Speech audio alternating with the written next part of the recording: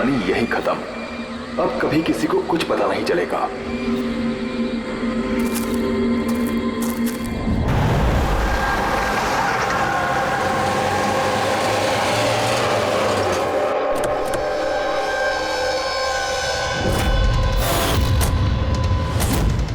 Guys hold on, हो क्या रहा है? कोई मुझे बताएगा? You guys don't understand. You know ना सिचुएशन क्या चल रही है। पापा और भाई दोनों फोन नहीं उठा रहे। पापा, रे, प्लीज दरवाजा खोलो। करण देखो ना, कोई दरवाजा ही नहीं खोल रहा है। पापा, मिथुन काका, रे, मिथुन काका।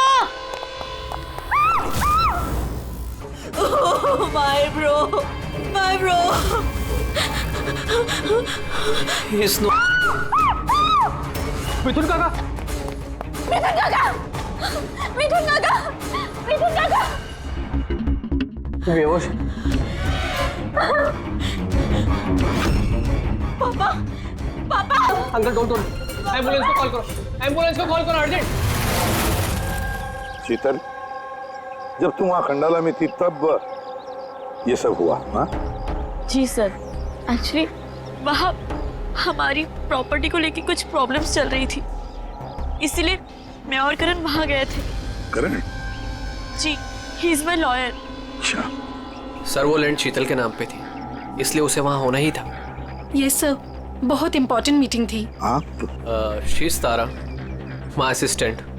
हाँ तो शीतल, जब तुम खंडाला में जा रही थी तब घर पर सिर्फ तुम्हारे पिताजी कल्याण जी और तुम्हारा भाई रे और ये मिथुन था, है ना? हाँ सर, एक्चुअली करीब 8 साल पहले एक एक्सीडेंट हुआ था जिसमें पापा की आईसाइट चली गई। पापा देख नहीं सकते और मिथुन काका उनका अकेले ध्यान नहीं रख पाएंगे, इसलिए रे वो यहीं रुक गए। मुझे उन दोनों को अकेले छोड़ना ही नहीं चाहिए था।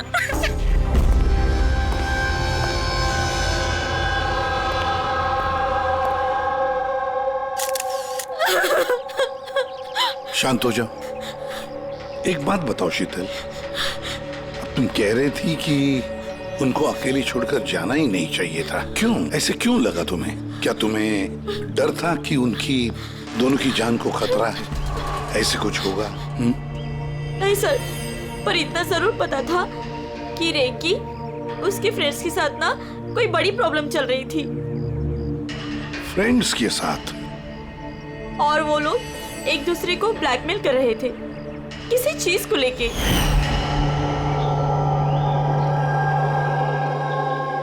तू ऐसा हम लोग के साथ कैसे कर सकता है? एक बार फिर से सोच ले रे, अगर यही तेरा फाइनल डिसीजन है तो जानता है कि क्या होगा। आई डोंट केयर, मैं तो सिर्फ सही टाइम का वेट कर रहा हूँ। पर अगर किसी को कुछ पता चल गया तो?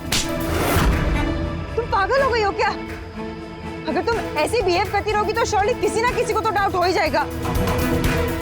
गाइस, अगर हम कंट्रोल में हैं तो वी आर सेफ। गाइस, तुम लोग अपना देख लो। मुझे ऑनेस्टली नहीं पता है कि मैं क्या करने वाला हूँ।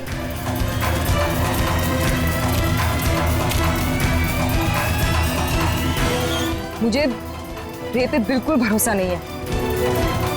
I can't trust him. अगर इसका मुंह खुला तो हम सब फंसेंगे, उससे पहले इसका मुंह बंद करना पड़ेगा। शीतल, जो भी तुम्हारे भाई के साथ हुआ उसका बहुत दुख होता है। I am so sorry. एक बार तुम्हारे पिताजी को होश आ जाए ना तो सारी बातें साफ हो जाएगी। वैसे मिथुन, कल रात तुम यहीं पर थे ना? क्या हुआ, क्या जरा ठीक से बताओ। शरीर पे कोई बड़ा घाव नहीं है, बस छोटी मोटी चोटें हैं, लेकिन हाँ फ्रैक्चर थोड़े ज्यादा है। समझ में नहीं आ रहा है इसकी मौत हुई कैसे? मैं अपना काम कर रहा था, अचानक लाइट चली गई और किसी ने मेरा मुंह बंद कर दिया। मैं बेहोश हो गया साहब। जब आँख खुली तो आप सामने थे। बाकी को कुछ याद नहीं आ रहा सर। ठीक है, रो मत। सर। हाँ। सर, मौत की वजह तो पोस्टमार्टम के बाद ही पता चलेगी। कुछ समझ में नहीं आ रहा है सर। जिसने भी खून किया है सोच समझ के किया है। बड़ा ही चालाक है खूनी। एक काम करते हैं, इस घर को फिर से अच्छी तरह से चेक करते हैं।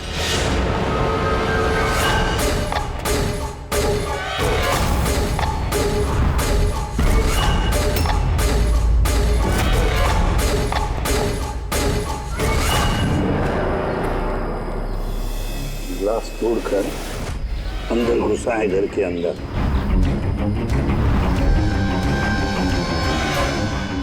ये देखो, खून लगा है उसका अंदर घुसते वक्त या भाग जाते वक्त।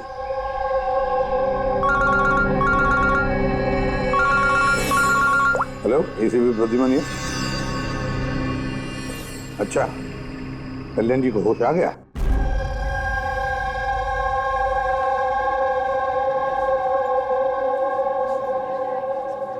पापा? कल्याण जी, मैं सीआईडी से एसीपी प्रद्युमन। आप मुझे बता सकते हैं क्या हुआ? मैं अपने घर पर था,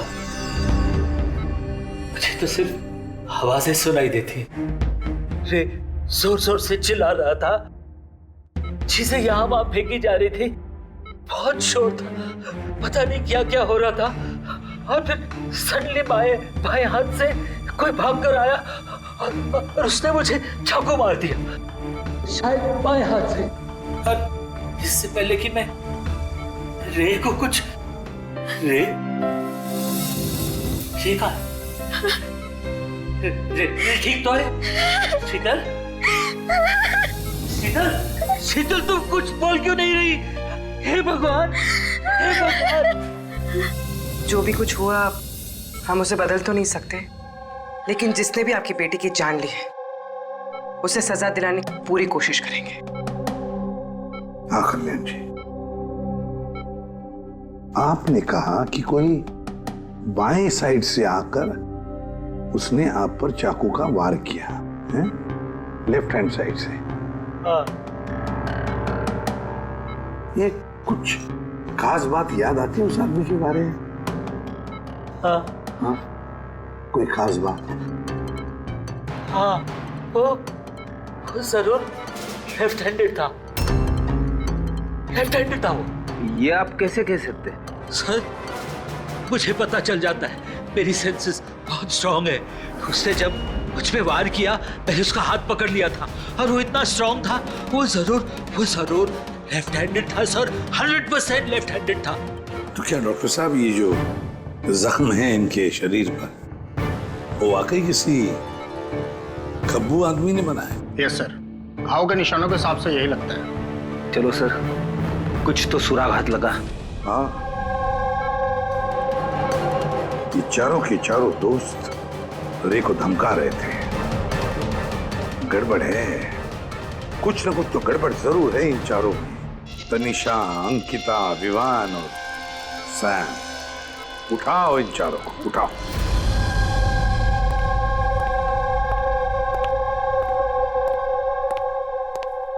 नमस्ते सर। आप? मैं सैम का फादर हूँ। पिछले 2 हफ्तों से सैम से मेरी कोई बातचीत नहीं हुई। अब मैं आपको कैसे बताऊं कि वो कहाँ पर है। मैंने उसको कई बार फोन किया लेकिन उसका फोन ही नहीं लग रहा। मैं तनिषा की माँ। अब उससे फोन करके मैं क्या पूछूं?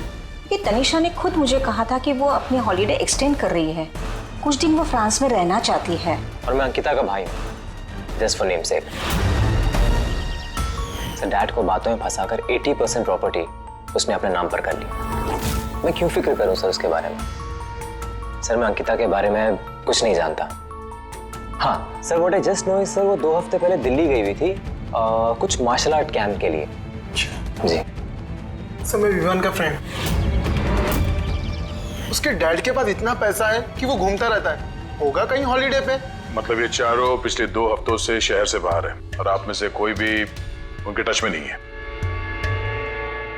ठीक है, थैंक यू वेरी मच। आप लोग जा सकते हैं। अगर जरूरत पड़े तो आप लोगों को हम फिर से बुला लेंगे। Thank you. जरा एक मिनट,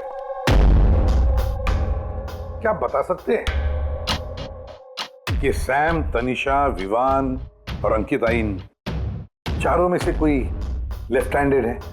कब्बू है? हाँ सर, मेरा बेटा सैम लेफ्टी है। अच्छा, क्यों सर?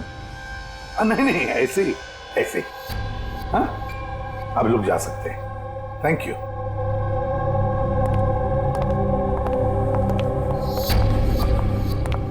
सर, कहीं ऐसा तो नहीं कि इन चारों ने मिलके रे को मार दिया हो सकता है सर, और उसी डर की वजह से ये चारों कहीं ना कहीं जाके छुप के बैठे होंगे। सर, ये चारों की लोकेशन का पता चल गया। सर, कल रात सैम, तनिषा, अंकिता और विवान, इन चारों की मोबाइल लोकेशंस शीतल के घर के 3 किलोमीटर के रेडियस में थी। सैम, तनिषा, अंकिता, विवान, रे, उन पांचों में कोई एक राज छुपा हुआ है। कोई ऐसा राज जो वो पांचों किसी को बताना नहीं चाहते थे। वो राज अपने पास ही रखना चाहते थे। हो सकता है ये रे कमजोर पड़ गया हो, बस तो राज किसी को पता ना चले। रे किसी को ना बताए, इसलिए रे को खत्म कर दिया। ये पता करना होगा सर कि वो कौन सा राज था जिसकी वजह से रे की जान चली गई। सर, एक बात समझ में नहीं आ रही है, ये चारों फरार क्यों हो गए? इन्हें तो खून करते हुए किसी ने देखा ही नहीं। एग्जैक्टली, लाइट चली गई थी सर, और वो कल्याण जी देख नहीं सकते थे और नौकर मिथुन बेहोश पड़ा था, तो वहां से भागकर कोई शक अपने ऊपर ओढ़ के क्यों लेगा? सर, पता नहीं क्यों ऐसा लगता है कुछ मिसिंग है। सर, ट्रेस करना शुरू करते हैं सर। अगर ये शहर से बाहर गए हैं तो किसी railway station, airport, bus station, hotel में तो गए होंगे, तो उनके क्रेडिट कार्ड और डेबिट कार्ड के डिटेल्स निकलवाते हैं। कहीं से भी हो, जहां से भी हो, इन चारों के लोकेशन के बारे में हमें इंफॉर्मेशन चाहिए, जल्द से जल्द। अब बोल सारुण के।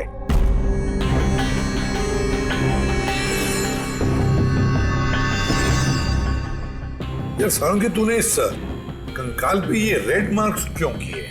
बस ये समझाने के लिए कि इस रे की हड्डियों का कैसे चूरा बनाया गया। ये देखो, ये रे की हड्डियों का एक्सरे। इस रे पर बहुत जबरदस्त ताकत के साथ वार किया गया। एक झटके में इसकी गर्दन की हड्डी टूट गई। बस एक बार तो इसके रिब केज पर इतना जबरदस्त किया गया है कि एक ही झटके में इसके रिब केज की बाईं हड्डियां 12 की 12 पसलियां एक साथ एक झटके में टूट गई। और वो भी कमाल की बात यह है कि एक ही सिमेट्री में। एक झटके में 12 पसलियां? नतीजा, हार्ट का रुक जाना, हार्ट ब्लॉक। इसके हार्ट पर जबरदस्त प्रेशर पड़ा। कमाल की बात यह है बॉस कि जितनी ताकत के साथ इस पर वार किया गया है, इतनी ताकत हाथों से या किसी भी हथियार से पैदा नहीं की जा सकती। इसे देख करके तो ऐसा लगता है जैसे खूनी जानता था बॉस। खूनी जानता था कि किस पॉइंट पर वार किया जाए कि एक ही झटके में सारी की सारी पसलियां एक साथ टूट जाए, एक सिमेट्री में। हाथों से कोई इतना फोर्स तो पैदा नहीं कर सकता। हाँ, कर सकता है अगर कोई मार्शल आर्ट्स का जानकार हो तो। जैसे कुंग-फू, कराटे, ताइक्वांडो, इन सब में खास किस्म के मूव्स होते हैं जिससे इतना फोर्स पैदा किया जा सकता है। यह हो सकता है बस। अभी अटैक उसी ने किया जिसे मार्शल आर्ट्स की जानकारी है, जैसे आर्मी बैकग्राउंड का कोई। Martial arts? वो लड़की भी तो गई है ना दिल्ली में मार्शल आर्ट्स का कैंप अटेंड करने के लिए। क्या नाम है उस लड़की का? अंकिता। अंकिता के भाई ने तो हमें ये बताया। Sir, what I just know sir, वो 2 हफ्ते पहले दिल्ली गई हुई थी कुछ मार्शल आर्ट कैंप के लिए। और सर, कत्ल की रात उसका फोन शीतल के घर के आसपास ही था। उसी ने किया होगा। सैम के साथ मिलके। कल्याण जी पर जिसने भी चाकू का वार किया था वो आदमी खब्बू था, लेफ्ट हैंडेड। हाँ सर, मेरा बेटा सैम लेफ्टी है। ये हो सकता है, क्योंकि शीतल के घर की जिस खिड़की पर से हमें वो ब्लड सैंपल मिला था, उसका डीएनए सैम के डैड के डीएनए के साथ मैच होता है। मतलब सैम वही था और अंकिता भी। बस अब हमें ये पता लगाना है कि ये सैम, तनीषा, अंकिता और विवान इस वक्त है कहां पर। अच्छा, आप कैब ड्राइवर, आप उस वक्त कहाँ थे?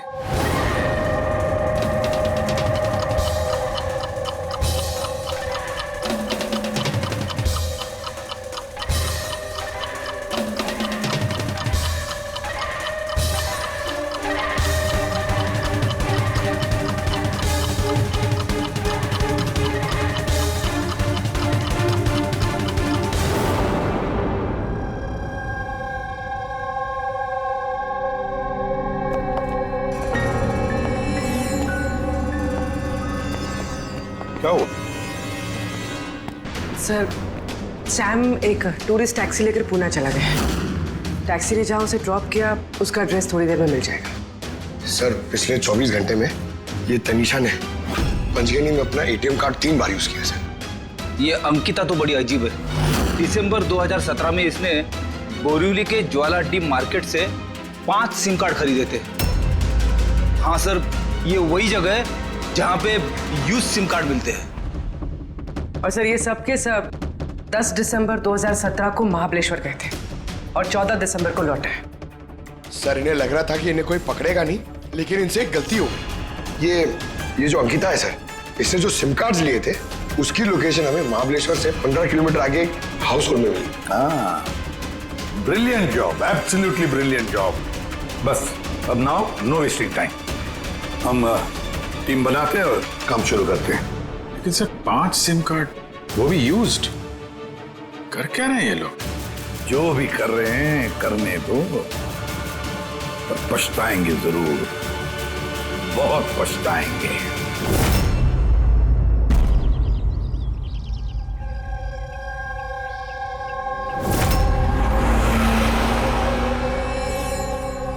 किसका फोन है? किसी विवान का है। विवान का कैसे हो सकता है? तुमने ठीक से सुना ना? अब उसने विवान कहा तो विवान ही होगा, मुझे क्या पता, आप बात करो। हेलो, कौन बोल रहा है? दूर, मैंने बोला था कि आज के बाद हम कांटेक्ट में नहीं आएंगे, तो कॉल क्यों किया? और तुझे पता कैसे चल रहा कि मैं यहाँ हूं? ओके, तो वहीं रुक, मैं आ रहा हूं।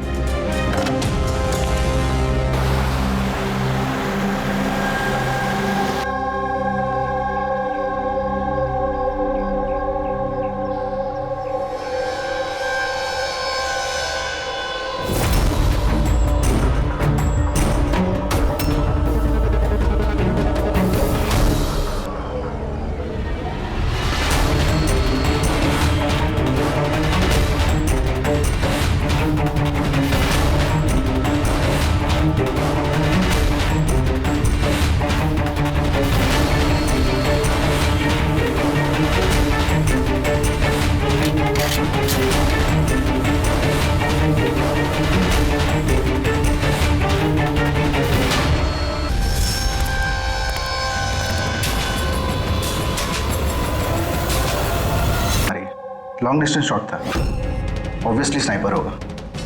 स्नाइपर लॉन्ग डिस्टेंस से गोली चलाई, मतलब किसी को पता भी नहीं चला होगा कि गोली चली कहां से और फिर गोली चलाई किसने। Anyway, thank you very much. जी सर। सर हम लोग तनीषा तक पहुंचने ही वाले थे कि किसी ने इसे भी मार दिया। वही तो सर, ये इत्तेफाक तो नहीं हो सकता सर।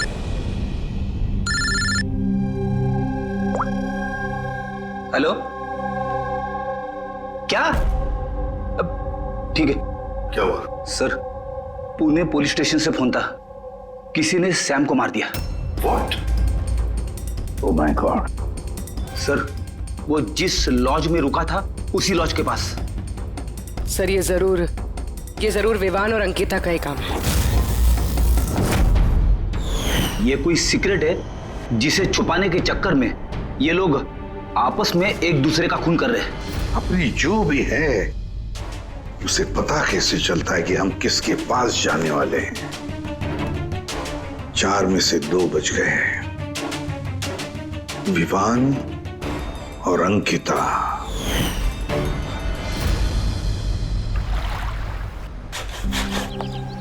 सबसे तो नहीं, मैं अंकिता से मिला था, उससे बात हुई थी मेरी। अंकिता से? जी। यही थी वो?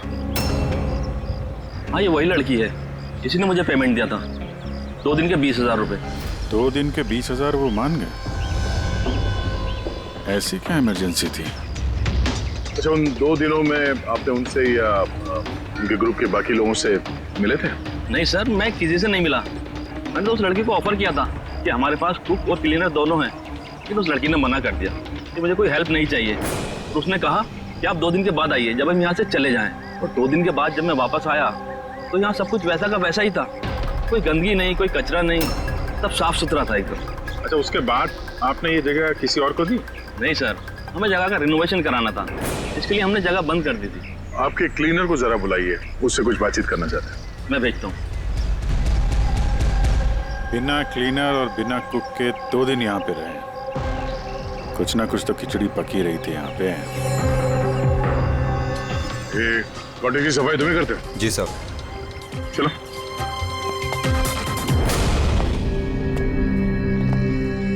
अच्छा, जब वो 5 लोग यहाँ से गए, उसके बाद जब तुमने यहाँ की साफ सफाई की तो कुछ मिला इधर उधर या कुछ अजीब लगा तुम्हें? नहीं सर, वो लोग तो बहुत अच्छे थे। जाने से पहले पूरी जगह को एकदम चकाचक साफ करके गए। पता नहीं कौन सा साबुन, क्या डिटर्जेंट यूज किया, पूरा घर चमका दिया था। वाह, हाँ, सफाई हो रही है। ये कौन सा डिटर्जेंट है मैडम जी? अरे कुछ नहीं, वो रात को पार्टी हुई थी ना तो ज्यादा गंदा हो गया है। तुम जाओ, हम कर लेंगे। बस साफ कर जाओ। एक मिनट। ये लो, ये लेके जाओ। हाँ, जाओ।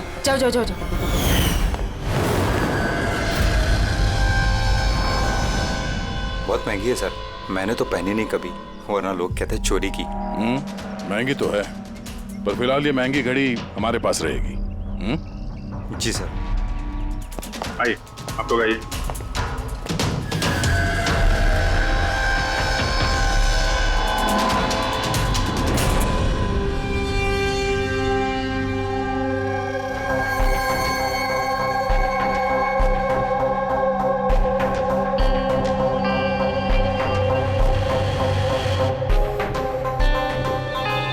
सर, सैम, तनीषा और रे तीनों का तो मर्डर हो गया है। अब बचे विवान और अंकिता।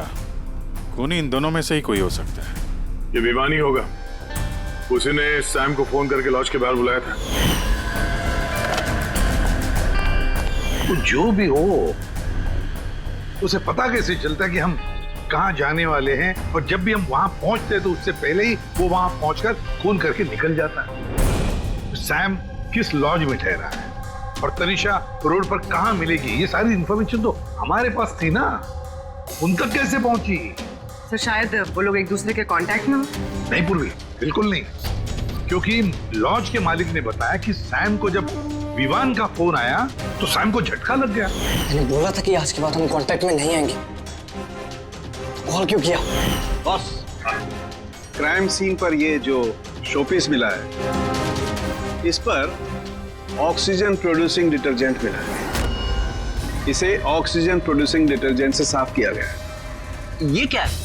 रेडी एक ऐसा डिटर्जेंट होता है जिससे सारे के सारे एविडेंस एकदम साफ किए जा सकते हैं, खून के निशान तक। हमें कोई डीएनए नहीं मिल सकता। मतलब सर, ये हॉलिडे होम में खून हुआ था? एग्जैक्टली।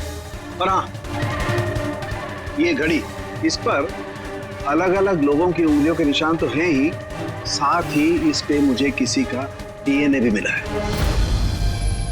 तो शायद रे इसी खून का पर्दाफाश करने वाला होगा। पूर्व एक काम करो, ब्यूरो में जाओ, खून की रिपोर्ट्स चेक करो, मिसिंग पर्सन्स की रिपोर्ट्स चेक करो, देखो किसी भी रिपोर्ट में इस घड़ी का जिक्र किया है क्या। सर, यार, इन 5 में से बचे हैं 2, विवान और अंकिता। अगर खूनी विवान या अंकिता को कांटेक्ट करना चाहे तो फिर वो जो 5 यूज्ड सिम कार्ड्स है ना, वो इनके पास होंगे। उन्हीं में से किसी नंबर पर वो फोन करेगा, है ना? वो नंबर्स ट्रैक करते हैं। सर, तनीषा का खून हुआ पंचगनी में, सैम का खून हुआ पुणे में। दोनों जगहें 100 किलोमीटर दूर, जबकि खून हुए सेम टाइम पे। और एक ही टाइम पे कोई दो जगहों पे कैसे हो सकता है सर? कोई तो है जो इस प्लान में शामिल है। मान लिया दया कि कोई और है इस खूनी के साथ। एक बार ये विवान और अंकिता हमारे पंजे में आ जाए ना, तब सारे सवालों का जवाब मिल जाएगा। एक काम करो अभिजीत, साइबर डिवीजन से एक हैकर को बुला दो।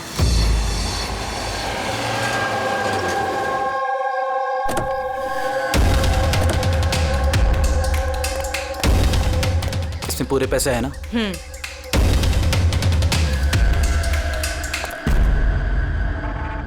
एक मिसिंग रिपोर्ट तो दर्ज हुई है जिसमें इस घड़ी के बारे में लिखा हुआ है। कोई रणधीर कुमार नाम का एनआरआई था। कब फाइल हुई थी रिपोर्ट? 6 दिसंबर 2017। कोई करण जोशी ने फाइल की थी। जी ये देखिए।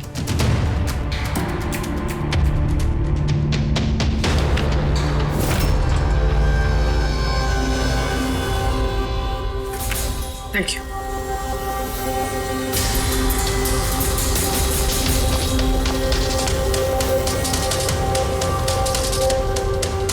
कहीं उन लोगों ने इस रणधीर को तो नहीं मार डाला? और कहीं ये करण रणधीर की मौत का बदला तो नहीं ले रहा? करण? जी, he is my lawyer.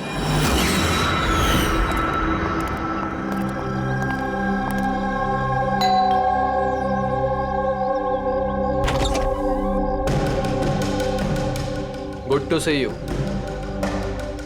I hope इसमें पैसे पूरे हो गए। हाँ पूरे पैसे हैं। आओ अंदर। देखो, हम लोग जहां भी जाते हैं उससे पहले खूनी को कैसे पता चल जाता है? मे बी आप लोगों की लोकेशन कोई ट्रैक कर रहा था। You mean GPS tracker? जी। Cell phone? Yes sir. एक काम करो, तो हमारे सेल फोन चेक करो।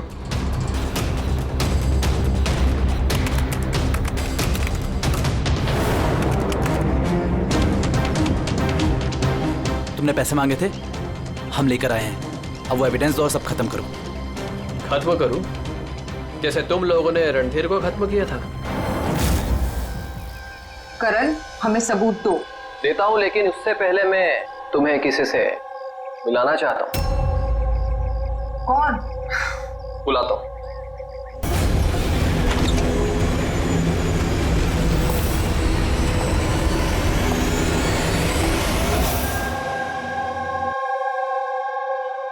सर देखिए, आप लोगों के फोन हैक्ड हैं।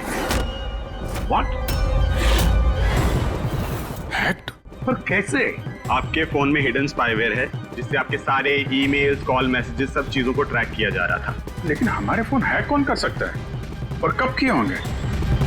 फोन तो ज्यादातर हमारे साथ ही रहते हैं। एक minute Abhijeet, I see you.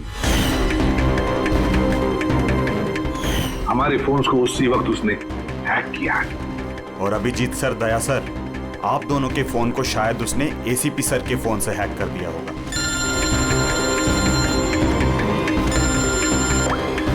Abul करण मरने वाले से रिलेटेड है?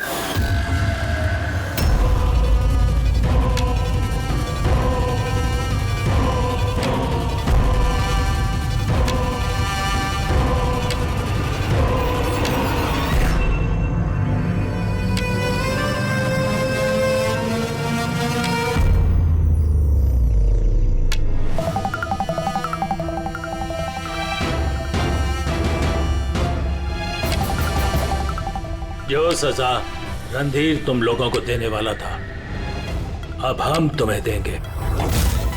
जैसे सैम, तनीषा और रे को दी। अब तुम दोनों की बारी है। तभी रणधीर की आत्मा को शांति मिलेगी।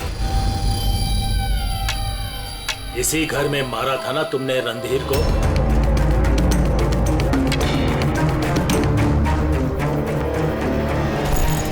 करण,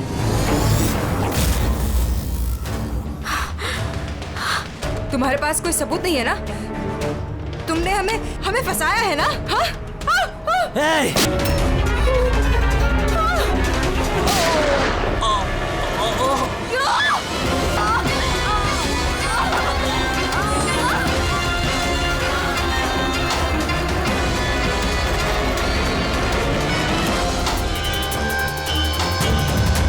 तुम्हें क्या मालूम? तुम तो देख भी नहीं सकते,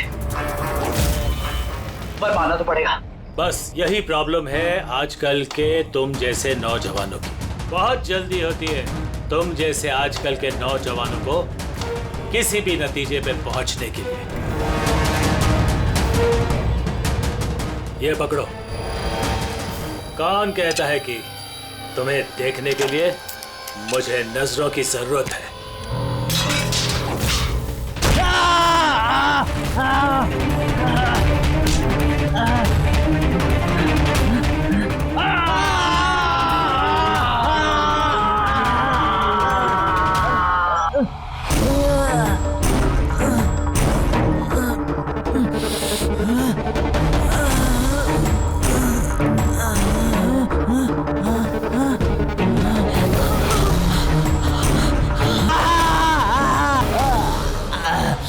शीतल बेटा, तुम ठीक तो?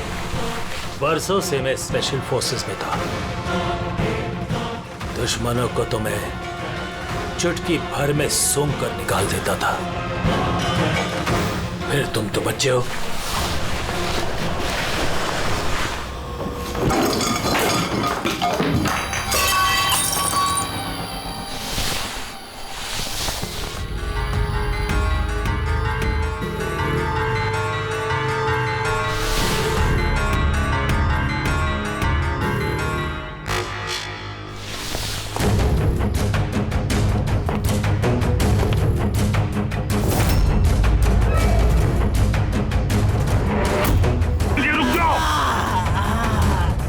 उसको। मैं तो अंधा हूं ऑफिसर, लेकिन आप देखकर बताइए कि मैंने उसका सारा शरीर बेकार कर दिया है या नहीं, या तुम एक और?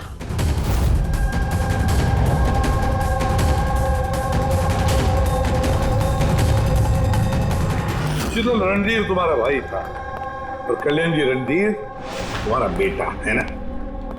और ये सब करने के लिए तुमने सीआईडी का इस्तेमाल किया, क्यों? सही समझा आपने। रणधीर शीतल का भाई था और मेरा बेटा। यानी रे का भाई? नहीं, रे मेरा बेटा नहीं था। उसे तो सिर्फ मैंने इस्तेमाल किया था हमें गुमराह करने के लिए, ताकि हम विवान, अंकिता और सैम तनीषा के पीछे लग जाए और उन्हें सजा दिलवाए, ताकि आपका बदला पूरा हो सके। हम उसे मारना नहीं चाहते थे।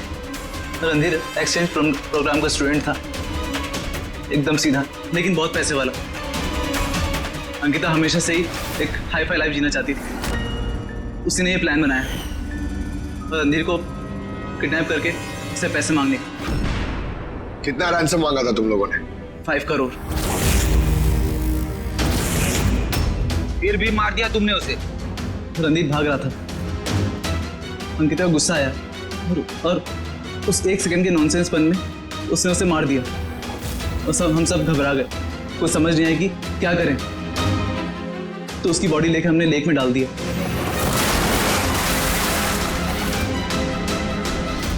रे को ये बात हजम नहीं हुई है? और यहीं पर तुम्हारा प्लान गड़बड़ हो गया। सर, वो रणधीर की इंडिया में सारी रिस्पॉन्सिबिलिटी मेरी थी। कल्याण अंकल और शीतल तो न्यूयॉर्क में थे, लेकिन रणधीर का केयरटेकर मैं यहाँ था। इन लोगों को पैसा देने के बाद भी इन्होंने रणधीर को नहीं छोड़ा, मार दिया। तो मैं घबरा गया, मुझे कुछ समझ नहीं आया। फिर एक दिन रे का कॉल आया। मुझे बिलीव नहीं हो रहा है कि हमने उसको। I'm sorry uncle. कुछ नहीं होगा तुम्हें। तुम सिर्फ हमें बता दो कि बाकी के दोस्त लोग कहाँ हैं। अंकल वो सब बाहर चले गए। जब तक कि रणधीर का केस सॉल्व नहीं हो जाएगा ना, अंकल वो वापस नहीं आएंगे। कहाँ है वो? मुझे उस बारे में कुछ भी नहीं पता। नहीं तो हमारे पास था ही, बस उन चारों को पकड़ना था, और ये काम हम अकेले नहीं कर सकते थे। तो इसीलिए तुमने हमारा इस्तेमाल किया, क्यों? रे से सारी इंफॉर्मेशन निकालने के बाद तुम लोगों ने उसे एक दर्दनाक मौत केस इन्वेस्टिगेट करें और ये सारी कहानी निकल के सामने आए। साथ में हमें सारे एविडेंसेस दे दिए, उन चारों के मोबाइल नंबर्स, और सैम जिस पैथोलॉजी लैब में काम करता था वहां से उसके ब्लड सैंपल मंगवा लिया। हम सबके फोन्स हैक किए। काफी अच्छी प्लानिंग थी। लेकिन एक बात भूल गए तुम,